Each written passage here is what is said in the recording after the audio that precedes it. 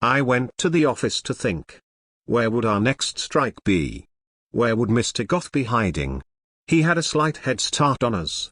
I studied his relationship to the crimes. There was absolutely no type of a connection to his involvement. While not directly involved in the murders, I had personally seen his hasty departure from the hidden laboratory on the bluffs.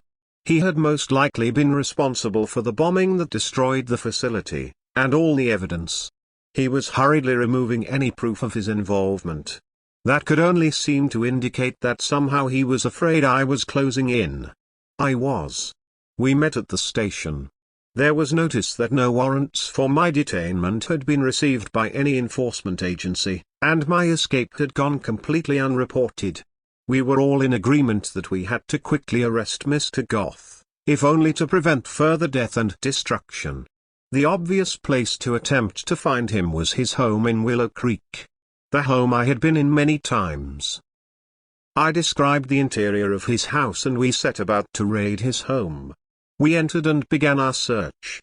Room by room was inspected by all officers converging and searching. He was nowhere to be located there.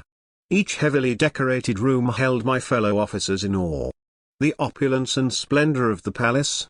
It was an outgoing show of wealth, to say the least.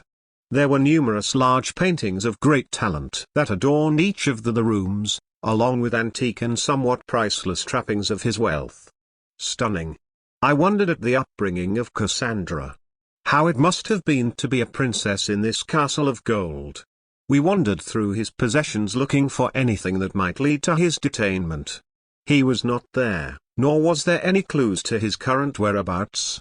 We collected our thoughts. Many different explanations of what might lead to him were collated and shared among us. We would raid the science facility next. After securing the entrance, we entered and searched for him. There was no one in the building. They had all apparently left after my escape had been found out. I again described the building's layout to the best of my recollection and we divided to begin a sweeping search pattern. I made my way to the basement's chamber I had been held in, and where the monstrosity had been held. We did find a scattered lot of workers cleaning the grounds, and held them for questioning. One would accompany us to the lower levels. Down the long stairway to the bottom I went with my fellows. The trip to the bottom was a tricky one, so it demanded attention and caution. We arrived. It too was empty now, devoid of the security and the assistants. I inspected the floor. I showed the others where I had escaped and where the creature had been isolated. It was all bare now, with nothing but the dust and stale air of its restriction. The cleaner, when queried, said all had been taken rather forcefully from the building in the wee hours of the morning. Why? They had abandoned the entire science agency. It was a riddle. What could utterly devastate an entire agency that was supposed to be run by the government? Who was actually in charge? It seemed ludicrous to just leave all this behind for a few murders. We left to find out what the devil was going on in Sims. I was beginning to think some otherworldly source was at play here. What, I did not know. But would find out. I thought of his next move. If he did maintain such a level of importance in this operation, then he may even have an opportunity to locate a secured facility like the safe house in the city where I had taken Cassandra. Might he try there? I went immediately to the safe house, on the chance that Mr. Goth had the location's information and would try to persuade his daughter to make a run with him. I went room to room, but to my dismay Cassandra too was gone. Had she been in on it all along? As I entered the restroom I noticed a spot of blood. She had been hurt. I frantically called the station. No. She was not in peril, they said. Their hasty search of records showed she had just now been admitted to hospital, for she had apparently suffered a miscarriage and rang for medical transports. She was currently assigned in recovery room 406. I rushed to the hospital to find her, and perchance some answers. I fought the growing urge to go positively mad with anger and, more so, a growing fear. At the hospital I entered and identified myself. They assured me that young Miss Cassandra was fine. I went to her. She arose from her bed to greet me and I saw the look of sorrow on her face. She had indeed suffered the loss of the baby. She hoped I would not be sore at her for it. She then said that indeed her father had found her, and insisted she leave with him. She resisted, and in the heat of the argument with him she had collapsed on the bathroom floor. She had no idea how she had arrived at the hospital. She asked if, perhaps, this relationship of ours was doomed from the beginning.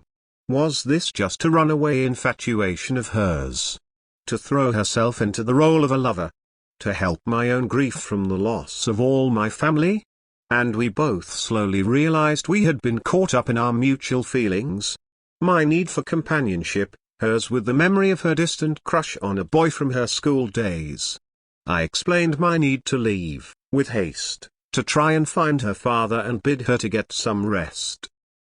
I left her to sleep and recover from her ordeal. Outside the building I quickly phoned the office. They were currently all gathered at the airport, under the suspicion that the next attempt to leave for Mr. Goth would be through the air. I requested they await my arrival before entering. They agreed. Good chaps one and all. I left to go to the Sims County Airport. At the airport I greeted my fellow officers and we entered to search for Mr. Goth. We scanned the area quickly for him. He spotted our arrival and made a dash for the door to the runway. We pursued him, and I caught him quickly. He pleaded for a chance to explain, but I lost my mind to anger for him and proceeded to assault him with a savage vigor. Despite my fellow officers pleading for me to stop, we then placed him into detention. It was over. I questioned him. What the hell was going on? He cried, and explained he was a pawn in all of this. He rambled on about how his wealth was used to abide to some sort of alien attempt to transform humans into beasts that would eliminate all life on Earth. I thought, as did everyone listening to him, that he had gone quite mad. His insane rambling told of spaceships crashing into the bluffs and how he had stumbled upon some of the occupants there. They had offered him untold riches, insane ramblings between sobs of defeat and despair. He claimed to have been under duress and a form of mind manipulation.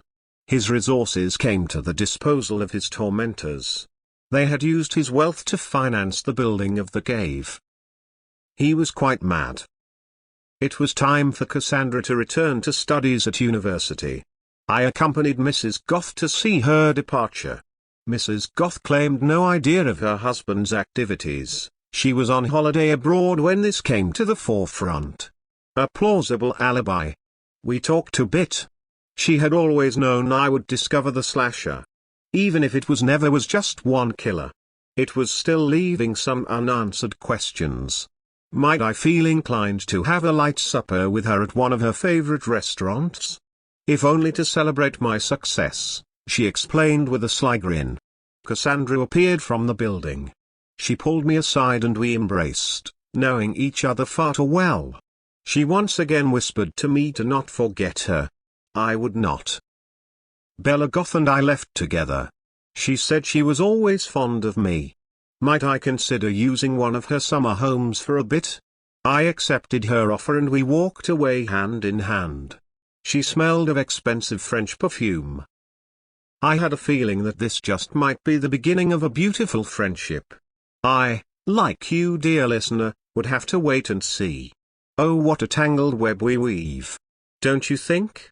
Until tomorrow, good day to you.